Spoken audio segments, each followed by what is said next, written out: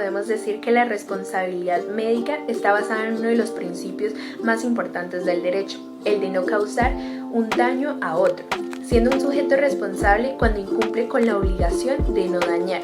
siempre y cuando la causa del daño le sea imputable. Así lo ha sustentado la Corte Constitucional.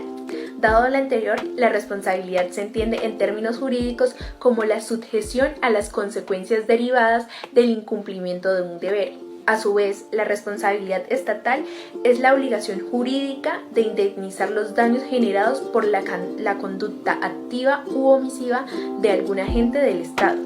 Sin embargo, la responsabilidad puede ser contractual o extracontractual, surgiendo aquella en el marco del contrato o cualquier relación negocial en la que al menos una de las partes sea una entidad de derecho público. Por su parte, la responsabilidad contractual se da en el ámbito no negocial. La obligación de reparar surge de la conducta que transgrede el ordenamiento jurídico por el perjuicio ocasionado a la víctima. Actualmente en Colombia la responsabilidad médica es de medio y no de resultado, es decir, el médico no está en la obligación de garantizar la salud del enfermo, pero sí de brindarle todo su apoyo en pro de su mejoría. Excepcionalmente es de resultado cuando se habla de cirugías estéticas, puesto que el paciente espera observar la transformación de su cuerpo. La obligación contractual y extracontractual del médico respecto a la persona a que va a tratar es una prestación del servicio enmarcada en el consentimiento. La doctrina ha clasificado la responsabilidad civil en contractual y extracontractual, en virtud del origen de la obligación de reparar, bien por la violación de las convenciones pactadas en un contrato o por la violación general del principio de no causar daño a terceros. En este último, que se consigna con el adagio latino neminem leadere, y que en nuestro Código Civil lo podemos encontrar en el artículo 2341,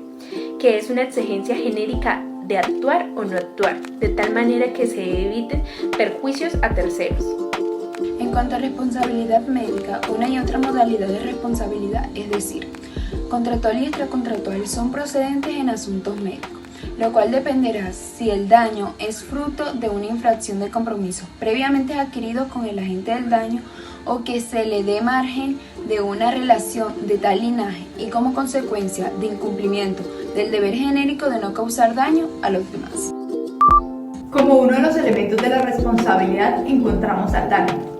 Su naturaleza, como una de las fuentes de las obligaciones, deriva de lo dispuesto en el artículo 1494 del Código Civil, que hace alusión al hecho que ha inferido injuria o daño a otra persona. El daño solo será de relevancia para efectos de imputar la responsabilidad al agente del mismo cuando sea antijurídico y con una connotación anormal y excepcional, que permita considerar configurada su imputación en cabeza de la entidad demandada. Culpa o falla en el servicio. La culpa o negligencia ha sido definida como el error de conducta en la cual no habría incurrido una persona prudente en las mismas circunstancias que el autor del daño. En responsabilidad médica, son tantas las posibles formas de culpa. Un ejemplo de esto es la tardanza en la atención, por ejemplo, la falta de cuidados posoperatorios, los diagnósticos errados, la impericia en el acto médico, el olvido de los elementos quirúrgicos dentro del paciente y, en general, cualquier incumplimiento de los deberes principales y secundarios que van implícitos en el juramento hipocrático. Nexo causal. Este elemento resulta esencial en atención a que, como se ha afirmado como en juicio, en temas de responsabilidad médica, el contacto físico entre un profesional y un paciente que experimenta daños no permite indefectiblemente imputar estos daños al susodicho profesional, puede ser un cirujano, pues las pruebas aportadas al proceso con suma frecuencia suscitan dudas acerca de si el obrar médico fue en verdad el que ocasionó los perjuicios. Luego de demostrar ese nexo, el deudor solo podrá exonerarse demostrando la intervención de un elemento extraño con la virtualidad de romper la cadena causal, que puede ser un hecho constitutivo de fuerza mayor, caso fortuito, hecho de un tercero o culpa exclusiva de la víctima. La de la prueba la podemos encontrar en nuestro ordenamiento jurídico en el artículo 167 del Código General del Proceso y en el artículo 1757 del Código Civil. Por regla general, se tiene que las obligaciones de los médicos son de medio, pero también hay excepciones donde las obligaciones son de resultado. Y es que del tipo de obligación asumida dependerá la carga de la prueba de las partes en un proceso de responsabilidad civil. La obligación de probar, bien sea la culpa o la ausencia de esta, no se asigna de antemano a una de las partes en el litigio, sino que a quien esté en mejores condiciones de probarla en el caso en concreto. En las obligaciones de resultado, el demandado será quien tiene que demostrar o su diligencia o su cuidado o que no se alcanzó el resultado esperado por él, debido a fuerza mayor o caso fortuito o culpa exclusiva de la víctima. Un ejemplo de estas obligaciones de resultado en responsabilidad médica son las cirugías estéticas. Asimismo, la responsabilidad médica tiende a ser del régimen subjetivo de responsabilidad, pero hay momentos en que esta pasa a ser al régimen objetivo, como lo son en los casos en que hay presunción de culpa, debido a que son catalogadas como actividades peligrosas, las cuales podemos encontrar en el artículo 2356 del Código Civil colombiano. En estos casos, y según lo dicho en la sentencia del 14 de marzo de 1938, con ponencia del doctor Ricardo Inestrosa Daza, quien desempeñara actividades peligrosas era ad initio, sujeto de imputación de culpa, trasladando la carga de la prueba a quien causara el daño, es decir, el médico o la institución, como demandado por la prestación asistencial, es quien debe demostrar que su actuación fue conforme a los cánones establecidos. En el caso de las obligaciones de medio y en la que la responsabilidad médica se presume la falla del servicio. Esto implica la intervención de la carga de la prueba, de manera que el demandado tiene que demostrar su diligencia y cuidado para exonerarse de responsabilidad, pero quedando el demandante la prueba del daño y la falla del servicio, ya que hay situaciones en las que sin duda es el paciente quien se encuentra en mejor posición para demostrar ciertos hechos relacionados con la actuación de la respectiva entidad, y hay casos en los cuales no se admite la inversión ni siquiera eventual del deber probatorio, puesto que sigue estando siempre en cabeza del demandante. La imputación en la responsabilidad médica. La imputación del daño a las empresas promotoras de salud, a las instituciones prestadoras de servicio y a sus agentes. En cuanto a la atribución del daño a un agente, será el daño jurídicamente relevante el que debe ser atribuido al agente como obra suya, pero no como simple casualidad natural, sino como un mecanismo de imputación de la acción o inactividad a un sujeto. La imputación, por tanto,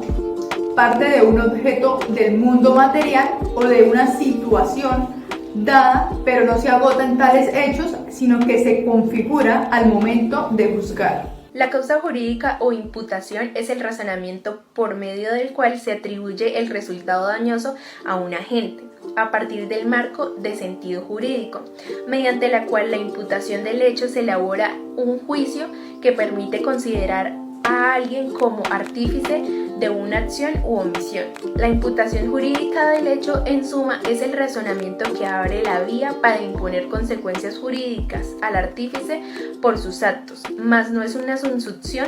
lógica que impone la sanción prevista en la ley al caso concreto. La atribución de un daño a un sujeto como obra suya va más allá del concepto de causalidad física y se inserta en un contexto de imputación en virtud de la identificación de los deberes de acción que el ordenamiento jurídico impone a las personas. De esta manera encontramos que los daños que sufren los usuarios con ocasión de la prestación de un servicio les son imputables a la EPS como suyos, independientemente del posterior juicio de reproche culpabilismo que llegue a realizar el juez, en el que se definirá finalmente su responsabilidad.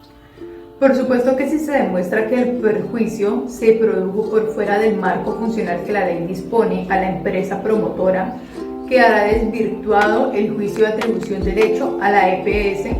cosa que podría ocurrir, por ejemplo, si la atención que se le prestó al cliente fue por fuera de los servicios de la EPS o por servicios particulares.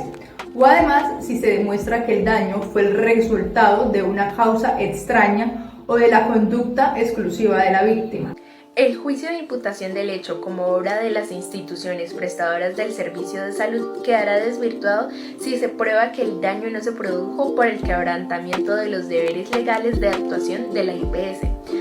sino a otra razón, como por ejemplo una deficiencia organizativa, administrativa o presupuestal de la EPS, a la conducta de uno o varios agentes particulares por fuera del marco funcional de la IPS o en fin a la intervención jurídica relevante de un tercero, de la propia víctima o a un caso fortuito. Para imputar responsabilidad a los agentes singulares de la organización, el juez habrá de tomar en cuenta no solo aquellas acciones, omisiones o procesos individuales que según su marco valorativo incidieron de manera preponderante en el daño sufrido por el usuario, y cargarlos a la cuenta de aquellos sujetos que tuvieron control o dominio en la producción del mismo. De este modo, se atribuye el hecho dañoso a un agente determinado, quien responderá en forma solidaria con la EPS y la IPS, siempre que confluyen en ellos todos los elementos de la responsabilidad civil. El agente médico singular se exonerará del juicio de imputación del hecho como suyo siempre que se le demuestre en el proceso que no tenía un deber de cuidado en la atención que se le brindó al paciente.